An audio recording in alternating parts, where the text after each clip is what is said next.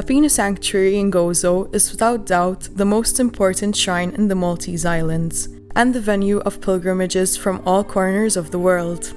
People from different beliefs say that Ta Pinu is a center of peace. The origins of this Marian shrine, dedicated to the Assumption of the Blessed Virgin, go back to the beginning of the 15th century, when the family of Giovanna Calimera raised a church on a knoll in the midst of their property within Ilwiet Tammar, the same spot where it still stands. It was dedicated to the Assumption and known as Santa Maria ta Calimera. It eventually became known as Ta Gentila, after Gentila Calimera. When in 1575, the apostolic visitor Monsignor Pietro Dusina, delegated by Pope Gregory XII to visit the Maltese Islands, conducted his pastoral visit to the church, found that it was in a very bad state. He ordered the church to be closed and demolished. But according to tradition, when the workman struck the first blow with the pick, he broke his arm. This was taken as an omen that the chapel had to be preserved for future generations. In fact, this was the only chapel that survived Monsignor Dusina's decree ordering the demolition of other similar chapels on the island. In 1585, the church property changed hands, and consequently, its name became known as Ta Pinu.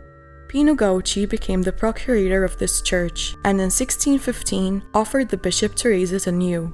He also commissioned the painting of the Assumption of the Blessed Virgin Mary into heaven for the altar. This altarpiece was done in 1619 by Bartolomeo Amadeo Perugino. Pino, its benefactor, is painted at the bottom of the canvas, next to the Apostles. The chapel has remained unknown, except for the unusual events of 1883.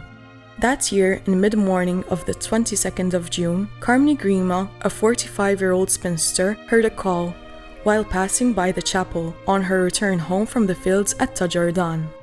"Come, come," she heard a woman's voice say. She was confused and frightened, and was about to run away from the place. The voice called again, "Come, because it will be another year before you will be able to return." After the second call, Carmine realized that the voice was coming from within the chapel.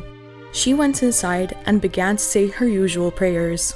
When she became silent, the voice spoke a third time. "Recite 3 Hail Marys in honor of the 3 days that my body rested in the tomb," a practice still very popular with Gozotans today. Carmine did as the voice asked and went on her way. Shortly afterwards, Carmine fell ill and remained confined to her bed for more than a year. 2 years later, she revealed her secret to a friend, Francesco Portelli, who, like her, hailed from the nearby village of Għarb. He in turn told her that about the same time, he had also heard a woman's voice asking him to say prayers in honor of the hidden wound which Jesus received whilst carrying the cross. Shortly after this conversation, Francesco's mother was miraculously healed by the intercession of the Blessed Virgin Mary of Ta Pinu.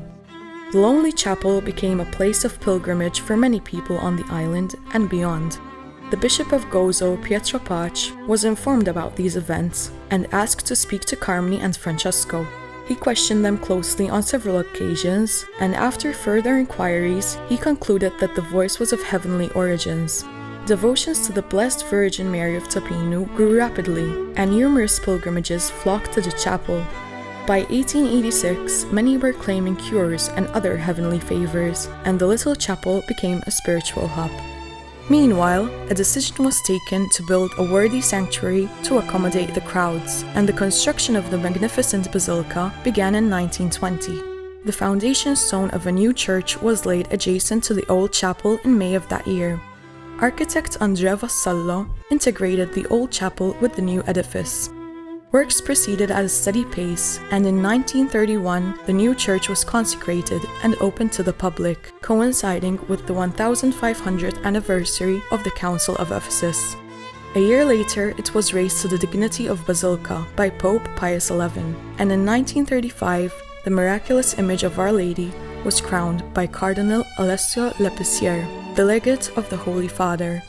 The decree was signed by the Secretary of State, Cardinal Eugenio Pacelli, later Pope Pius XII.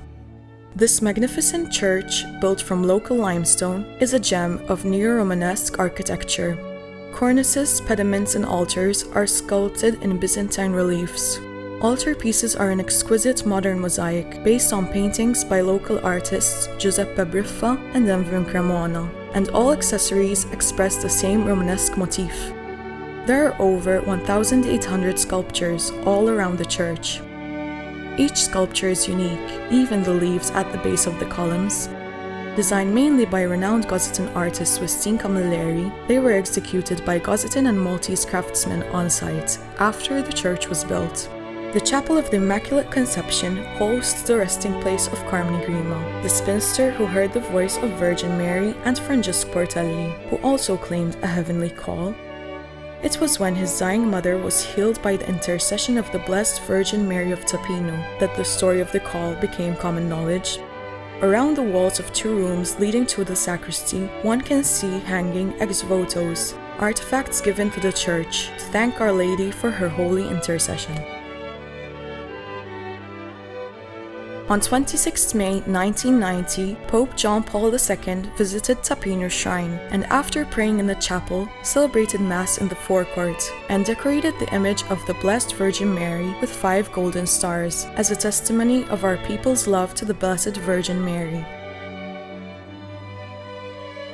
During a concelebration on the granaries of Floriano on 18 April 2010, Pope Benedict XVI presented the blessed image of the Virgin Mary of Ta Pinu, a rosa d'oro, a golden rose, and invited the Maltese people to invoke her as Queen of the family.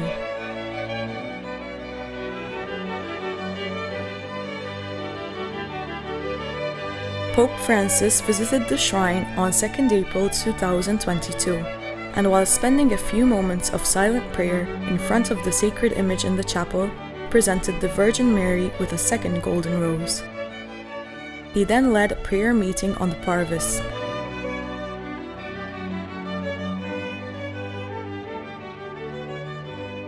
Vi trovate in una posizione geografica cruciale che si affaccia sul Mediterraneo come polo di attrazione e approdo di salvezza per tante persone sballottate dalle tempeste della vita che per motivi diversi arrivano sulle vostre sponde.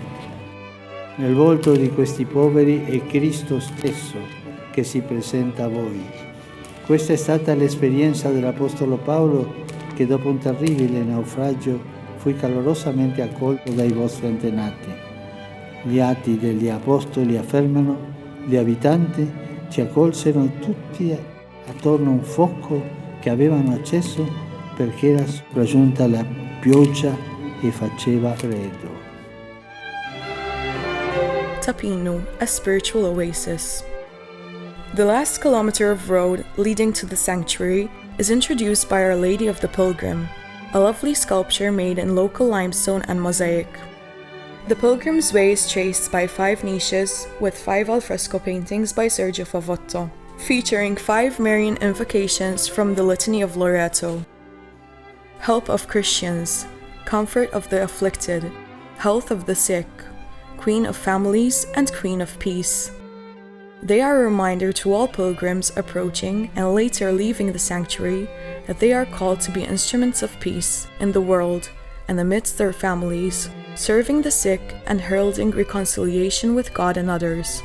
Reaching the basilica itself, one is embraced by an enclosure of the 15th Rosary Mysteries, which are the mysteries of our salvation, represented by beautiful mosaics surrounding the whole Parvis area, and thus creating an atmosphere of peace and prayer. On the main door, another mosaic image of the child Jesus leaving his mother's arms as she presents him to humanity is a figure of the sanctuary itself, which is Mary's home, offering us Christ and repeating her incessant invitation, "Come, come." The mosaics were produced by the Centro Aletti of Rome.